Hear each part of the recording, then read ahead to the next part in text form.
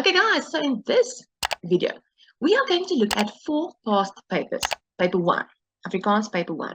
We are going to look at the taal questions, more specifically the sinstrukture, to see the type of questions that they ask, what they test you on, so that you know what to expect when you write your exam. Okay, so the 4 papers that we are going to look at is a November 21 and a May 22. And as you can see, they have the same vibe. The question starts with a strokie spread up here, the same here. And the first 2 are in order. Here they have a tense one, and here they're all ontkenning, and the same one over here.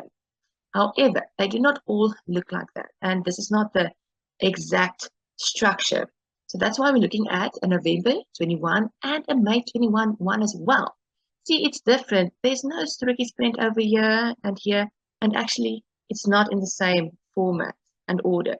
So the reason we look at 4 different ones, obviously, is that you do not expect just a certain type of question or order or certain type of paper. And then when you do not get the same one, that you are confused or stressed in the paper. Now, I did mention in the title that I'm going through IEB papers.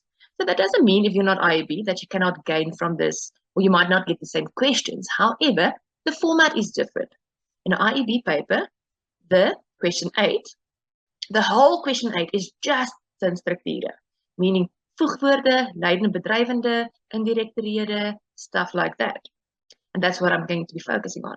However, when you do GDE, it is mixed. The question is mixed. More than one question is mixed with woordstructure and sinstrukture. For example, here they ask a homoniem, a deelwoord, there they have a toekomende tyd, and then again they want een woord, 'n meervoud voornaamwoord. So it is mixed, and I just want to focus on the sinstrukture. Okay.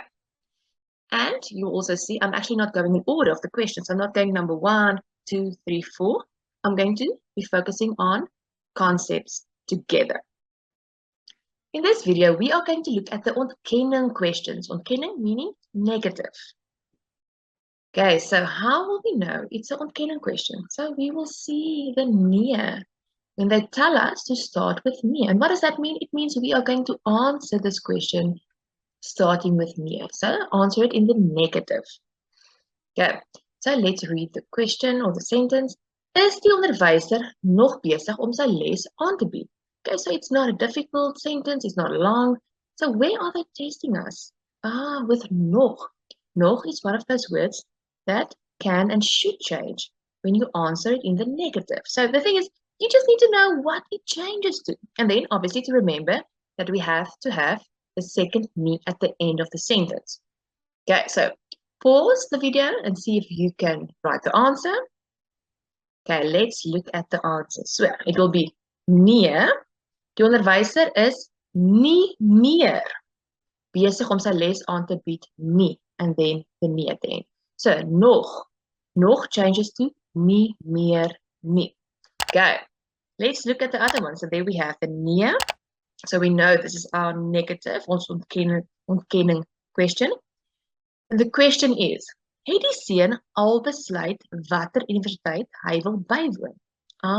There we have it again. All. All is a word that can change and should change. So, do you know what it changes to? Pause and write the answer. Okay, let's look at the answer. So, nee, die seun het nog nie besluit watter universiteit hy wil bywoon nie. So not difficult at all. They are just trying to see if you know that these words should change and then what to change it to. Okay, let's look at the other 2 papers. Okay, here we have them. Here we have our nee. So we know it's going to be the ontkenning. So what is the question? Het hulle al by hierdie restaurant middagete geëet? Again, a word that can change and should change. Het hulle al? So that needs to change. Do you know how to change it? Pause and write the answer. So the answer is, nee, hulle het nog nie. Het hulle al? Hulle het nog nie by hierdie restaurant middagete geëet nie. Then our last nee. Okay, let's look at this one. Here we have the nee. What is the question? Het Tabu al ooit saam met die visse geswem? So again, so clearly, that is how they are going to test you to see if you can do ontkenning. They have these words that should change. You need to know and remember that they should change and then change it into the correct word. So, do you know how to change this? Pause, write the answer. And the answer is, nee, Tabu het nog nooit. So het jy al ooit word nog nooit saam met die visse geswem nie. And remember the nie. Okay, so very easy. Just remember to look for these words that should change when you have to answer in the negative. Okay guys, I hope that this helped you. Please check out the other videos where I discuss and look at other concepts in past papers.